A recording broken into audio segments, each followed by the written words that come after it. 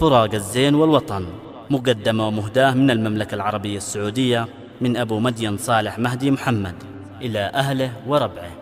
كلمات الشاعر زايد شرف المنتصر، أداء المنشد حمزة السروري. يا أهل اليمن قال أبو مدين المغترب بالسعودية، العقل الطاير وقلبي حال في عاطفية وحنية، مشتاق للأهل والمسكن وأرض الجدود اليمانية، وجو ريمة هو الأحسن فيها مناظر خيالية، فيها المليح الأصيل الفن مولى الصفات الجمالية، هو سلوتي دايما والمان وسرحة الروح والجية، من فرقتي كل يوم أحزان يا كمل شوقي وحنية، وأخافي من غربتي لجان واصبر على الهجر يوميا، لو خيروني بمليون طن ذهب ودرة ماسية، ما بدلك يا حبيبي إيمان وأحسن الظن والنية، أنا الذي في هواك أعلان محبتك للعلانية،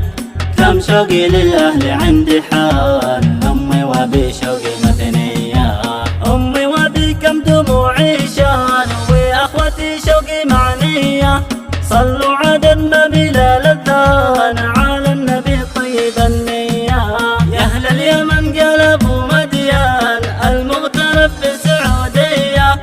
العقل الطاير وقلبي حان في عاطفية وحنية، مشتاق للأهل والمسكن وأرض الجدود اليمانية، وجو ريمة هو الأحسن فيها مناظر خيالية، فيها المليح الأصيل الفن مولى الصفات الجمالية،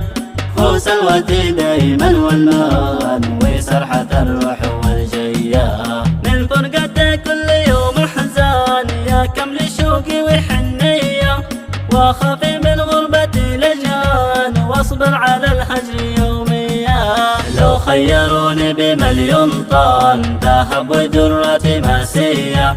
ما بدلك يا حبيبي إيمان وأحسن الظن والنية، أنا الذي في هواك أعلان محبتك للعلانية، كم شوقي للأهل عندي حان أمي وأبي شوقي